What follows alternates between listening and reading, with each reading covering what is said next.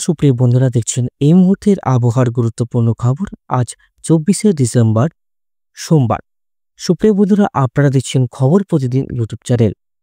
আমি চলে আসছি আজকের গুরুত্বপূর্ণ আবহাওয়ার আপডেট নিয়ে। আজকের আবহাওয়া থেকে শুরু করে আগামী ৫ দিনের আবহাওয়া কেমন থাকতে চলেছে, কোন কোন অঞ্চলে ভারী বৃষ্টি, কোন কোন অঞ্চলে ঘন কুয়াশা সতর্কবার্তা রাখছে, সবকিছুই থাকছে এই প্রতিবেদনে। অবশ্যই আপনারা চ্যানেলটিকে সাবস্ক্রাইব করে ভিডিওটাকে সম্পূর্ণ দেখার চেষ্টা করবেন। নতুন যারা দেখছেন তারা অবশ্যই কিন্তু চ্যানেলটিকে সাবস্ক্রাইব করে রাখবেন প্রতিনিয়ত সঠিক আপডেট পাওয়ার জন্য। তো আমরা সরাসরি এই মুহূর্তে স্যাটেলাইট চিত্রতে চলে আসবো। আর অবশ্যই আপনাদের জেলার আবহাওয়ার পরিস্থিতি আমাদের ভিডিওর কমেন্ট বক্সে লিখে জানাবেন। তো সুপ্রিয় বন্ধুরা, প্রথমেই আমরা দেখছি একটা নিম্নচাপ তৈরি হয়েছে বঙ্গোপসাগরে।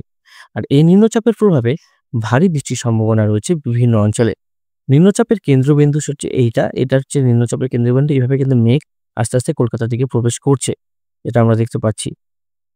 ইনভ্লেট মোড, ভিজিবল মোড সব অঞ্চলে আমরা দেখতে পাচ্ছি মোটামুটি কলকাতার উপকূলবর্তী অঞ্চলগুলোতে মেঘলা আকাশ রয়েছে। তাছাড়া আমাদের পশ্চিমবঙ্গ মোটামুটি পরিষ্কার। দক্ষিণবঙ্গের দিকে একটু মেঘলা রয়েছে একদম উপকূলবর্তী অঞ্চলগুলোতে। আর এদিকে ওয়েস্টার্ন ডিস্টার্বেন্স আছে, এর প্রভাবে কিন্তু এদিকে দিল্লি, ফরিদাবাদ, সীতাপুর, আলীগঞ্জের দিকে, লখনউর দিকে, কানপুরের দিকে কিন্তু মেঘলা আকাশ। এদিকে কাশ্মীর, লাদাখ, চণ্ডীগড়ের দিকেও পুরা তুষারপাতের সম্ভাবনা রয়েছে। আস্তে আস্তে কিন্তু বৃষ্টিটা বাড়বে দক্ষিণবঙ্গের দিকে। মোটামুটি দক্ষিণবঙ্গে আজ এবং কাল বৃষ্টিপাতের সম্ভাবনা রয়েছে উপকূলবর্তী জেলাগুলোতে। আমি আবারও বলে রাখি আপনাদেরকে, নিম্নচাপের কেন্দ্রবিন্দু হচ্ছে এটার প্রভাবে কিন্তু সব যে মেঘ কিন্তু এইভাবে অ্যান্টি ক্লকওয়াইজ কিন্তু ঘুরছে। এর প্রভাবে কিন্তু আমাদের দক্ষিণবঙ্গ, তার পার্শ্ববর্তী বাংলাদেশেও কিন্তু ঘন মেঘ প্রবেশ করছে কোথায় উপকূলবর্তী অঞ্চলে দক্ষিণ দিকে। তো বুঝতে পারছেন, আবহাওয়া আস্তে আস্তে কিন্তু খারাপ হওয়া শুরু করবে। কালকে কিন্তু দক্ষিণবঙ্গে বৃষ্টিপাতের সম্ভাবনা রয়েছে। কাল হচ্ছে ক্রিসমাস ডে, কাল হচ্ছে বড়দিন। বড়দিন বাচ্চাদের জন্য একটা আনন্দের দিন, পিকনিকের দিন। যাই হোক, কালকের দিনটা কেমন যাবে চলুন আমরা একটু আপডেটে যাই। কালকের দিন কেমন যাবে, আজকের দিনটা এখন কেমন যাবে, কোথায় বৃষ্টিপাত হচ্ছে বা হবে। এখন বৃষ্টিপাত মোটামুটি কোথাও সেভাবে হচ্ছে না, মেঘলা আকাশ রয়েছে দক্ষিণবঙ্গের দিকে। যেটা আমরা দেখতে পাচ্ছি মোটামুটি বৃষ্টিপাত উপকূলবর্তী অঞ্চলেই হবে। ২৫ তারিখ আজকে রাতের দিকে বৃষ্টিপাত হবে এবং কালকে সকালের দিকে একটু বৃষ্টিপাত সম্ভাবনা রয়েছে। কোথায় কোথায় আরামবাগ, চন্দননগর, পান্ডুয়া, চাকদা, তারপরে হচ্ছে গোয়ালতর, ঝাড়গ্রাম, তারপরে হচ্ছে বালাসোর, দীঘা, কন্টাই, মন্দারমণি, ঝাড়গ্রামও বৃষ্টিপাত রয়েছে বিভিন্ন অঞ্চলে। ঝাড়গ্রামও বৃষ্টিপাত দেখতে পাচ্ছি। হলদিয়া, জয়নগর, মিজিলপুর, ডায়মন্ড হারবার, মহিষাদলেও হালকা বৃষ্টির সম্ভাবনা রয়েছে, যেটা দেখতে পাচ্ছি মোটামুটি। তাছাড়া উপকূলবর্তী দিকে ভারী বৃষ্টির সম্ভাবনা রয়েছে। তাছাড়া সেভাবে কিন্তু বৃষ্টিপাত অতটা প্রবেশ করবে না যেতটা আমরা দেখতে পেয়েছিলাম। তো ওয়েস্টার্ন ডিস্টার্বেন্সের জন্য মানে একটা ওয়েস্টার্ন ডিস্টার্বেন্স পশ্চিমী ঝঞ্ঝা পাস করবে ঠিক এইভাবে। তো বুঝতে পারছেন, এই পশ্চিমী ঝঞ্ঝার প্রভাবে দক্ষিণবঙ্গে বৃষ্টিপাতের সম্ভাবনা রয়েছে। সেটা কিন্তু একটু দেরি করে আসবে। মোটামুটি পরের রবিবার মালদা এবং হচ্ছে ভাগলপুর, তারপরে এদিকে হাসদিয়া, তারপর হচ্ছে এদিকে গঙ্গারামপুর, তারপরে বালুরঘাট, রংপুর, পীরগঞ্জ বা বাংলাদেশের করণদিঘি, পূর্ণিয়া, মুঙ্গের এইসব অঞ্চলে কিন্তু বৃষ্টিপাত থাকবে বন্ধুরা। তারপরে নলহাটির দিকেও বৃষ্টিপাত থাকবে, ধানবাদের দিকে বৃষ্টিপাত থাকবে, মালদার দিকে বৃষ্টিপাত থাকবে। কলকাতার দিকে সেরকম বৃষ্টিপাত থাকবে না পশ্চিমী ঝঞ্ঝার প্রভাবে। তো আমরা পশ্চিমী ঝঞ্ঝা কিন্তু আরেকটা পাস করছে, সেটা কিন্তু পরে এক রবিবার পশ্চিমী ঝঞ্ঝা গেল, তারপরে কিন্তু আবারও পশ্চিমী ঝঞ্ঝা পাস করবে এবং নতুন আরেকটা ঘূর্ণিঝড় তৈরি হওয়ার সম্ভাবনা রয়েছে নতুন বছরে ২০২৫-এ। নতুন ঘূর্ণিঝড় তৈরি হতে পারে, সম্ভাব্য ল্যান্ডফল উড়িষ্যা, নাহলে আপনার তামিলনাড়ু। তারপরে এটা দক্ষিণবঙ্গের দিকে যাবে কিনা সেটা সিউরিটি নয়, তাই আমরা এখনভাবে কনফার্ম দিচ্ছি না যে দক্ষিণবঙ্গে আছড়ে পড়বে। তারপরে পশ্চিমী ঝঞ্ঝা আবার আসছে, নতুন বছরে পশ্চিমী ঝঞ্ঝা পাস করবে। আর মোটামুটি এখন বৃষ্টি আছে না, বৃষ্টিটা কিন্তু সবসময় থাকবে যেটা আমরা দেখতে পাচ্ছি। জলবায়ু অনেকটা চেঞ্জ হয়ে গেছে। বৃষ্টিটা আমরা সারা বছরই এখন পাবো, হালকা মাঝারি।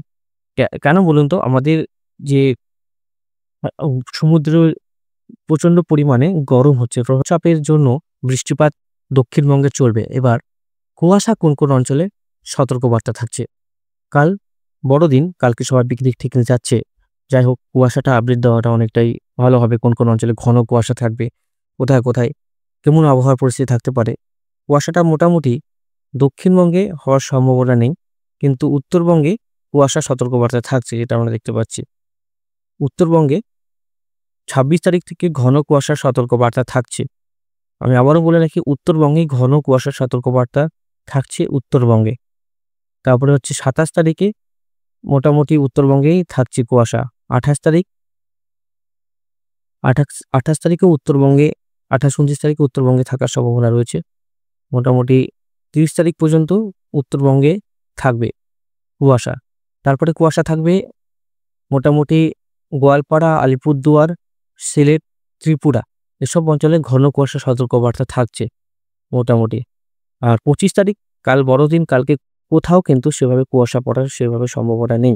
26 তারিখ ভোরবেলা হওয়ার সম্ভাবনা আছে। 27 তারিখ, 28 তারিখ, 29 তারিখে প্রতিদিনই অল্প কুয়াশা পড়বে নর্থ বেঙ্গলে। কোনো সময় একটু ঘন, কোনো সময় একটু হালকা কুয়াশা। মানে প্রতিদিনই এখন নর্থের দিকে ঘন কুয়াশার সতর্কবার্তা আছে। যারা নর্থ বেঙ্গলে ঘুরতে যাচ্ছেন অবশ্যই সেদিকটা খেয়াল করেই আসবেন। ঘন কুয়াশা থাকার সম্ভাবনা রয়েছে। ট্রেন ডিলে হতে পারে। গাড়ি ঘোড়া কিন্তু ধীর গতির সম্মুখীন হওয়ার সম্ভাবনা রয়েছে। তো বুঝতে পারছেন, কোনো কিছু টাইম ভেবে আসবেন না। একটু দেরি হবে সেভাবেই আসবেন। কারণ কি, যেহেতু কুয়াশা থাকছে, কোনো ট্রেন মিস হয়ে যাবে বা কোনো গাড়ি মিস হয়ে যাবে। একবারে ফিক্সড করে আসছেন এই টাইমের মধ্যে আমাকে ঢুকতে হবে সেই জায়গাটা বা প্লেসটা, সেটা কিন্তু নাও হতে পারে। তার জন্যই বললাম যে অবশ্যই কুয়াশা থাকছে, দেরি হওয়ার সম্ভাবনা রয়েছে। সাবধানে গাড়ি ঘোড়া চালাবেন, সাবধানে রাস্তাঘাট পার হবেন। অবশ্যই সেই দিকটার খেয়াল করে আসবেন। তো মোটামুটি আমরা আপডেটটা দেখলাম, বৃষ্টিপাত দেখলাম, নিম্নচাপ দেখলাম, কুয়াশা। তো অনেক কিছু আমরা দেখলাম। তো আমরা এবার একটু এক্সট্রিম ফরকাস্টে যাব। সেখান থেকে আমরা দেখব আবহাওয়ার পরিস্থিতি কেমন থাকতে পারে আগামী 5 দিন, কোথায় কোথায় গরমের সম্ভাবনা রয়েছে। আমরা একটু গরমের সম্ভাবনা রয়েছে আজকে, একটু মোটামুটি জলীয়বাষ্পপূর্ণ যে ওয়েদার সেটা আমরা দেখতে পাচ্ছি। কলকাতার আশেপাশে খড়গপুর, জামশেদপুর, রাঁচির দিকে একটু একটু আর্দ্রতাপূর্ণ আবহাওয়া থাকছে। একটু জলীয় বাষ্প প্রবেশ করছে, এর প্রভাবে কিন্তু বৃষ্টিপাতও থাকার সম্ভাবনা রয়েছে এসব অঞ্চলে। মোটামুটি কলকাতা এবং ধানবাদ, ঝাড়গ্রাম, পুরুলিয়া, বাঁকুড়ার কাছাকাছি। 25 তারিখে একদম ক্লিয়ার হয়েছে। 25 তারিখে আবার কিন্তু সেই শৈত্যপ্রবাহ আসার সম্ভাবনা রয়েছে। 26 তারিখ থেকে মোটামুটি আবারও কিন্তু পরিষ্কার মধ্যে 27 তারিখে একটা আবার কিন্তু একটা এক্সট্রিম গরমের আমরা সম্ভাবনা দেখতে পাচ্ছি জব্বলপুরের কাছাকাছি, যেটা থাকছে। কিন্তু আমাদের এখানে আসবে না, মোটামুটি কেটে যাবে। কিন্তু পরবর্তী সময়ে আবারও কিন্তু শৈত্যপ্রবাহ প্রবেশ করছে 30 তারিখ নাগাদ। 30 তারিখ থেকে কিন্তু আবারও ঠান্ডা প্রবেশ করবে আমাদের রাজ্যে। বুঝতে পারছেন, এক্সট্রিম যেটা ঠান্ডা, কোল্ড যে উইন্ড থাকে, কোল্ড উইন্ড এটা আমরা দেখতে পারি। আর গরম হাওয়া এবং এতে ঠান্ডা হাওয়া দুটো মিশ্রণ আছে। এর প্রভাবে কিন্তু আমাদের এখানে বারবার বৃষ্টি হচ্ছে। দুটার সংমিশ্রণেই বৃষ্টিটা ঘটছে, যেটা অরিজিনাল যে ঘটনাটা আপনাকে বলছি। এই যে আপনার দেখুন, এটা হচ্ছে আপনার নীল যেটা আছে সেটা হচ্ছে ঠান্ডা হাওয়া, আর হলুদ যেটা আছে সেটা হচ্ছে গরম হাওয়া। দুটির সংমিশ্রণেই কিন্তু বৃষ্টিপাতটা ঘটছে। আর এই সময় কি হয়, যেহেতু নিম্নচাপ তৈরি হচ্ছে গরম হওয়ার জন্য, আর এদিকে এখান থেকে প্রচণ্ড ঠান্ডা হাওয়া প্রবেশ করছে। এর প্রভাবে কি হয়, দুটো সংমিশ্রণে বৃষ্টিপাত ঘটছে আমাদের উপকূলবর্তী অঞ্চলগুলোতে। আমাদের নর্থের দিকে হচ্ছে না, কিন্তু হাওয়ার গতিবেগ যেদিকে আছে সেদিকে কিন্তু তৈরি হচ্ছে। এখানে কিন্তু বৃষ্টিপাতটা সবথেকে হচ্ছে। এখান থেকে ঠান্ডা বায়ু প্রবেশ করছে, এদিক থেকে গরম বায়ু প্রবেশ করছে। এখানে নিম্নচাপ তৈরি হচ্ছে, প্রবেশ করছে বিশাখাপত্তনমে, তারপরে সোজাসুজি একদম কলকাতার দিকে ঘুরে যাচ্ছে। বুঝতে পারছেন, আবহাওয়া কিন্তু অনেকটাই পরিবর্তনশীল এবং কিন্তু অনেক পরিবর্তন হচ্ছে জলবায়ুর উপরে। অনেক কিছু ডিপেন্ড করে। কারণ আমাদের সমুদ্রের জলের যে তাপমাত্রা সেটা দিন, দিন বেড়ে যাচ্ছে। এর প্রভাবে কি হচ্ছে, বৃষ্টিপাতটা প্রচণ্ড বেড়ে যাচ্ছে, অসময়ে বৃষ্টি হচ্ছে। এর প্রভাবে চাষের যে ক্ষতি সেটা হচ্ছে। আর গ্লোবাল ওয়ার্মিং হচ্ছে। আমরা তো গাছ-টাছ লাগাচ্ছি না, গাছ কেটেই যাচ্ছি। এর প্রভাবে কিন্তু অনেক অসুবিধা আমাদের ফেস করতে হচ্ছে। আর ওয়েদার আপডেট দিতে, দিতে আমরা বুঝতে পারছি কিন্তু এখন জলবায়ু চেঞ্জ হচ্ছে বন্ধুরা। ঠান্ডার দিনেও কিন্তু নিম্নচাপ বারবার তৈরি হচ্ছে। আগে ঠান্ডাতে নিম্নচাপ তৈরি হতো না। আগে ঠান্ডার দিনে ঠান্ডাটা বেশি থাকতো। আর সমুদ্রের জল এতটা গরম হচ্ছে কেন? সমুদ্রের জল গরম হচ্ছে কারণ সূর্যের যে তাপ সেটা কিন্তু বেড়ে যাচ্ছে আস্তে, আস্তে। এর প্রভাবে সমুদ্রের জলও কিন্তু তাড়াতাড়িভাবে গরম হচ্ছে। এর প্রভাবে বৃষ্টিপাত তৈরি হচ্ছে বন্ধুরা। তো অনেক কিছু আমাদেরকে বুঝতে হবে। অনেক কিছু আমাদেরকে ঠিক করতে হবে। আমরা যদি না ঠিক করতে পারি তাহলে কিন্তু সেটা ভগবানও ঠিক করতে পারবে না। কারণ সৃষ্টি আমাদের জন্যই, আমরা কিন্তু ধ্বংস করছি। তো অবশ্যই সেদিকটা খেয়াল রাখতে লাগবে। আমরা সবকিছুই পারবো, এমন না যে আমরা পারবো না। আমরা যদি চাই আমরা সব করতেই পারি। তো অবশ্যই সেদিকটা ধ্যান রেখে সবাই কিন্তু একটু গাছ লাগান। সবার জমি আছে, একটা না একটা জমি আছে, ছোট-মোটো গাছ লাগান বা আপনার গাছ লাগান, অবশ্যই গাছ লাগান। কারণ কি, আজকে যদি গাছ না লাগান না বন্ধুরা, পরবর্তী সময়ে আগামী 5 বছরে অনেকটা বিপদের সম্মুখীন ফেস করতে হবে আমাদেরকে। এটা বলে রাখলাম, অবশ্যই মিলিয়ে নেবেন। আজকের মতন এখানে সমাপ্ত করছি। ধন্যবাদ, সবাই ভালো থাকবেন, সবাই ধীর